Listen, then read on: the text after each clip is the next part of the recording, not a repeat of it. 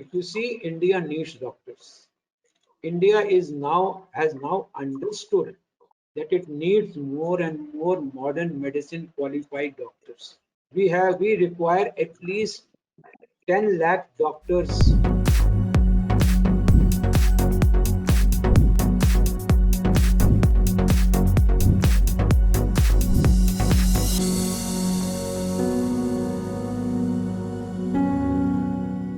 So good evening everybody and namaskar to everybody. All of you are welcome to attend this webinar, which is to tell you about the current COVID scenario and how it is going to impact or how we can overcome this to prevent any issues arising out of your admissions to medical universities both in India and abroad.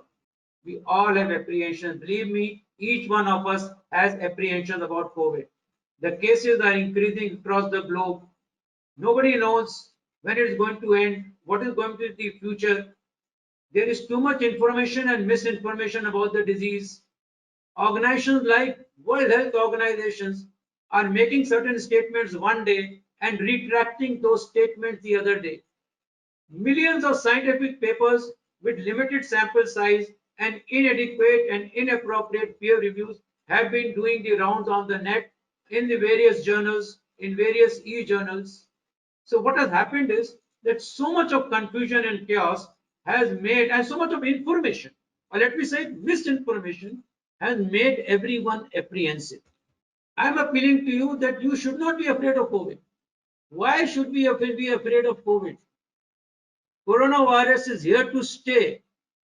It has found its foothold into this globe and it is going to stay with us. But remember one thing, nothing can sustain itself for long. Everything comes and goes. This too shall pass. With every passing day, the virulence of COVID-19 is coming down. So the infection, the doubling rate is going up. More, it's taking much more time to getting double. The mortality rate is remaining fixed between 2 to 5%. The number of people getting admitted to intensive care units remain between 4 to 5% from the earlier days in China till now. So if you take the precautions, the chances of infections become much lesser. With precautions, even if you get infected, the viral load will be minimal and you are likely to remain asymptomatic or have only mild flu-like symptoms. Now, what is being revealed, almost 80% of people who have tested positive are asymptomatic. They do not have any symptoms. So what you have to do, you have to be careful. You have to be careful because you must take precautions of wearing a mask. You must take precautions of frequent hand hygiene. You must take precautions of frequent respiratory hygiene. You must not use your fingers or your hands to rub your eyes or rub your nose or to rub or put it in the mouth. You must always wash your hand with soap and water. This is what it is required for you to be careful. Basic personal hygiene. There is no need to be fearful at all. I know it is an unknown entity, but it is also known that coronavirus has not caused any significant adverse impact on healthy young individuals. Out of so many millions of papers, the one thing which is coming out that on healthy young individuals there has been no significant impact. They are still getting infected, they are still getting detected, but majority of them are those ones which are going into the asymptomatic lot, and a few of them are suffering from flu-like symptoms. The risk is much lesser in younger people.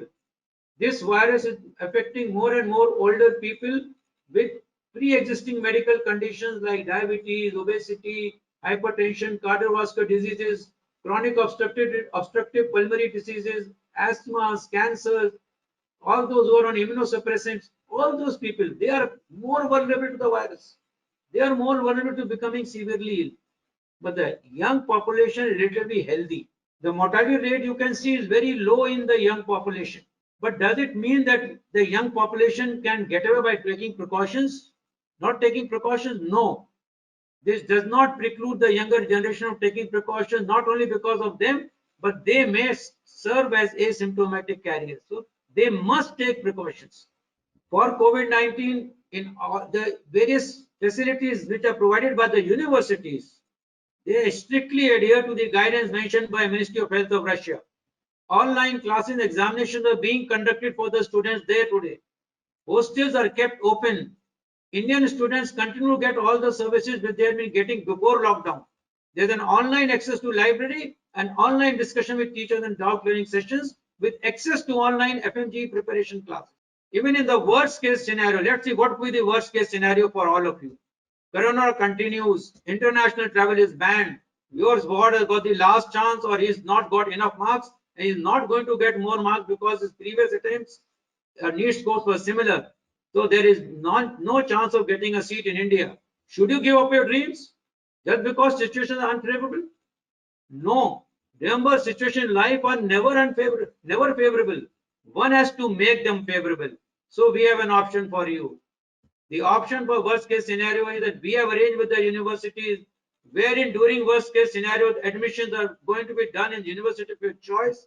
The first semester will continue online, assessments will be done online, oral examinations will be done online, and a student will travel only once the situation under control. So COVID cannot stop you because this pandemic will go away and people will learn to live with it. The academic pursuit of award should not be governed by the pandemic. Make use of this time and opportunity and let your wards qualify NEET and choose a medical college of their choice as per their merit and affordability. Now, there's a question, how long can we take a risk? Why should he not go tomorrow? Why should he go this year for MBBS? Why should we take the risk? We should put him in next year or put her in medical college next year. Why should my child appear for NEET 2020 this year at all? Let me tell you, as history tells us, and as the case with all the viruses, as the time passes, the virulence, that means the damage causing potential of a virus and the infectivity of the virus will go down. To say that we will be able to get rid of this virus, no. So are we going to wait for this virus to disappear from the environment? It will not disappear. It will remain in the community like any other influenza and flu virus. It will cause some minor effects and will remain here. So how long can you keep your child away from this virus? So therefore, we have to ensure that we do not waste the year of our children because of apprehensions which are not likely to occur. We should think logically and rationally based upon the data that I have provided to you, which is a very authentic data as on today. So please do not carry apprehensions about your child getting affected adversely. And that should not be the reason to waste 1 year of a child. Do not waste your hard-earned money on colleges you cannot afford just because you are apprehension that if my child goes abroad, what is going to happen? At present, you have a very good opportunity because of the current trend. The fees are unlikely to be increased. Every year, the fees are increased in institutions abroad. This year, they are unlikely to be increased. So this is the best chance to avail this opportunity for affordable medical education abroad. And India and abroad are similarly placed. Rather, in most of the Russian universities, one faculty takes care about 10 to 15 students. In India, one faculty takes care of about 50 students. Social distancing is more feasible there than here. So if you see in Russia, except Moscow, no other state has been so much affected. Because Moscow is a metropolitan city and there are a lot of travelers who come from Italy and Europe who travel through Moscow. Therefore, Moscow has got more severely affected. Moscow and St. Petersburg. Otherwise, other states are not so much affected. In spite of that, no student has been affected adversely in any of the universities. So the take-home message is please do not allow COVID to come into the rosy path of making your dreams come true. You have to qualify the NEET examination. Seats are limited, but options abroad are available in plenty. Corona should not be a limiting factor in your career choices. In your life as a doctor, there will be many similar challenges in future.